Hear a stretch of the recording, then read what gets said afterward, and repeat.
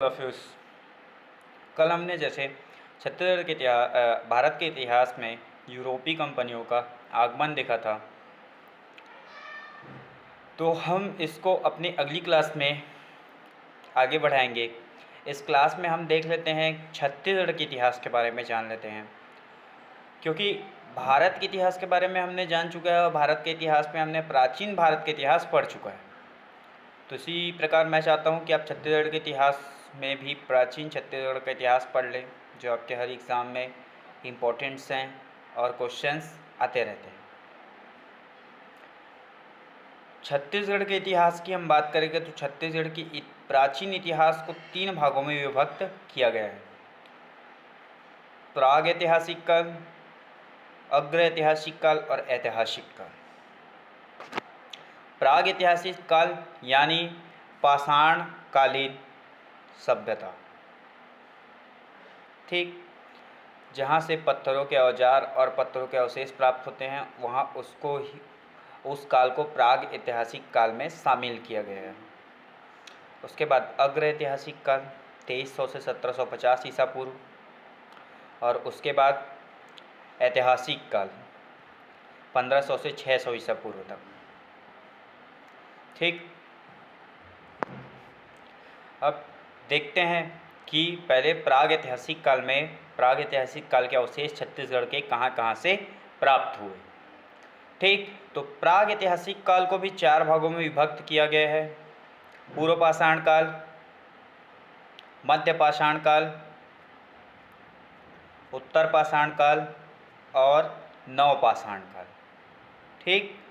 पहला पूर्व पाषाण काल, फिर आपका मध्य पाषाण काल, फिर आपका उत्तर पाषाण काल, फिर आपका नव पाषाण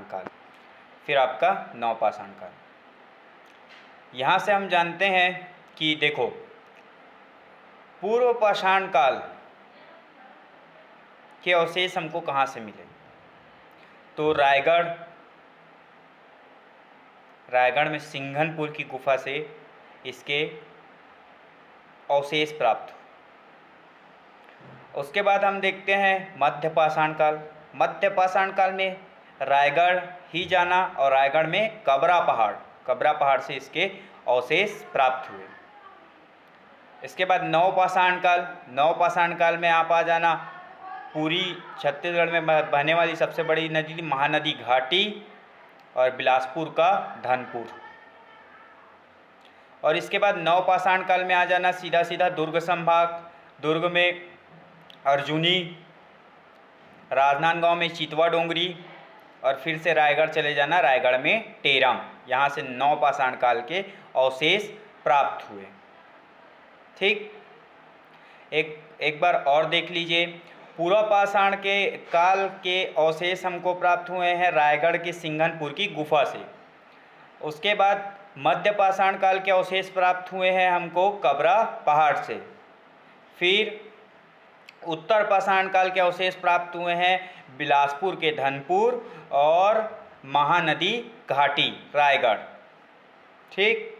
और उसके बाद हमको नव पाषाण काल के अवशेष प्राप्त हुए हैं दुर्ग के अर्जुनी से, राजनांदगांव में चितवा डोंगरी और रायगढ़ में टेरम से, ठीक। इतना समझ पाएँ।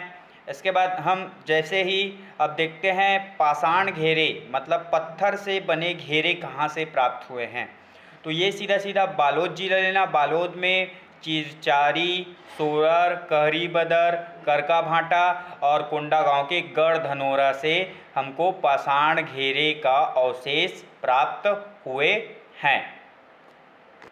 उसके बाद शैल चित्र की बात करें तो शैल चित्र हमको कहाँ से प्राप्त हुए हैं, तो शैल चित्र सिंघनपुर की गुफा, कबरा पहाड़ और चितवा डोंगरी।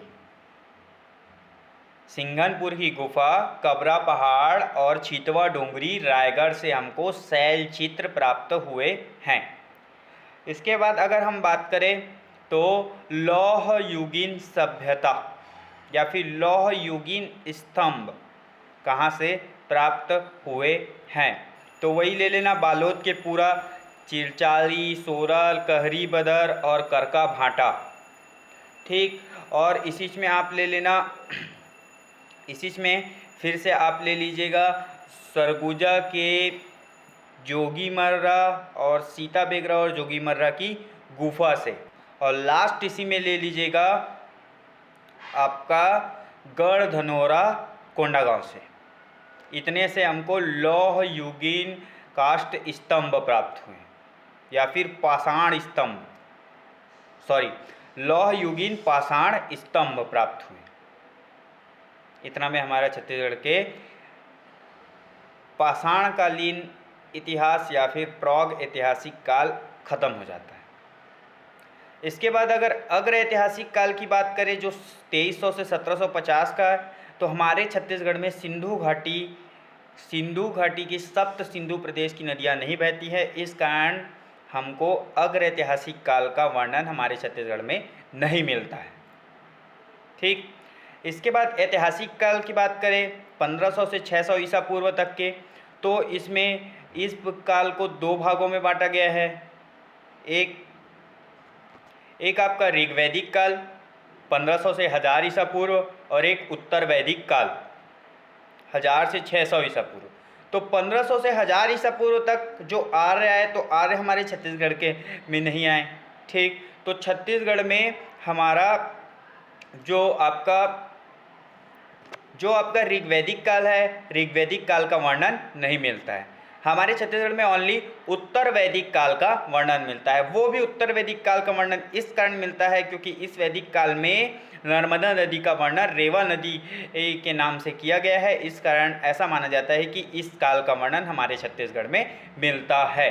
तो मतलब 1000 से 600 ईसा पूर्व में जो आपका उत्तर वैदिक काल रहा, इसका वर्णन हमारे छत्तीसगढ़ में मिलता है, ऐसे हमारे इतिहासकार मानते हैं, और आपको भी इसको लेना है। ठीक, इसके बाद रामायण काल, महाभारत काल, ये दोनों हमारे छत्तीसगढ़ से रिलेट करते हैं, हमको इसको पढ़ना है। ठीक, इसके बाद हम रामायण काल में रुक करते हैं। एक बार और आपको इसी चीज़ को मैं फिर से रिवाइज करते हुए बताऊंगा, ध्यान रखिएगा। अभी ही बता रहा हूँ, फिर से आप उसको नोट डाउन करते चलिए। हमने जैसे देखा है, देखो फिर से देख लीजिए, प्रौग ऐतिहासिक काल को एक बार रिवाइज करवा देता हूँ। आपका प्रौग ऐतिहासिक काल में आपका पुरापाषाण काल या फिर पूर्वपाषाण काल, पूर्वपाषाण काल, तो पूर्वपाषाण काल में आप देखे हैं सिर्फ सिंघनपुर की गुफा लेना है। उसके बाद मध्यपाषाण काल में आपको कबरा पहाड़ लेना है। ठीक, उसके बाद फिर आपका उत्तर पाषाण काल में आपको लेना है धनपुर, बिलासपुर में है धनपुर उसको, और रायगढ़ की महानदी घाटी लेना है।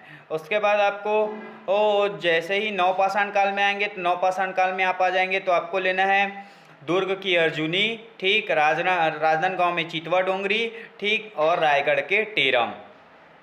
ठीक, अब इसके बाद जैसे ही आप पाषाण घेरे आ जाएंगे तो बालोद लेना है, बालोद जिला पूरा, चिलचारी, सोरर, कहरी बदर, करका भाटा, ये सब आएगा, और कोंडागांव का गढ़ धनौरा आएगा। ठीक, इसके बाद आपका शैल चित्र, तो शैल चित्र में सीधा लेना सिंघनपुर की गुफा, कबरा पहाड़, और रायगढ़ का गढ़ धनौरा, सॉरी रायगढ़ का गढ़ धनौरा नहीं, आप शैल चित्र में लेंगे चितवा डोंगरी राजनांदगांव का। और इसके बाद लौह युगीन पाषाण स्तंभ में आप लेंगे सिंघनपुर की गुफा, ठीक, गढ़धनौरा कोंडागांव, और लेंगे जोगीमर्रा की गुफा और सीता बेगरा की गुफा सरगुजा। ये हो गया आपका प्रौग ऐतिहासिक काल। इसके बाद अग्र ऐतिहासिक काल की बात करें तो अग्र ऐतिहासिक काल जो 2300 से 1750 ईसा पूर्व तक रहा, इसका हमारे छत्तीसगढ़ में कोई अवशेष नहीं प्राप्त होते हैं। इसके बाद अगर हम बात करें तो जो ऐतिहासिक काल आता है, ऐतिहासिक काल 1500 से 600 ईसा पूर्व तक दो भागों में बांटा गया है, ऋग्वैदिक काल और उत्तर वैदिक काल। ऋग्वैदिक काल जो आपका 1500 से 1000 ईसा पूर्व तक का है, उसका कोई भी अवशेष हमारे छत्तीसगढ़ में नहीं मिलता है। इसके बाद उत्तर वैदिक काल जो आते हैं, उत्तर वैदिक काल का अवशेष हमारे छत्तीसगढ़ में प्राप्त होता है 1000 से 600 ईसा पूर्व तक उत्तर वैदिक काल को माना जाता है। इसका अवशेष हमारे छत्तीसगढ़ में प्राप्त होता है, और इसी कारण क्यों प्राप्त होता है? तो नर्मदा नदी जो एमपी में बहती है उसका वर्णन हुआ है हमारे छत्तीसगढ़ में भी रेवा नदी के नाम पे। इसी कारण आपका उत्तर वैदिक काल का वर्णन हमारे छत्तीसगढ़ में मिलता है।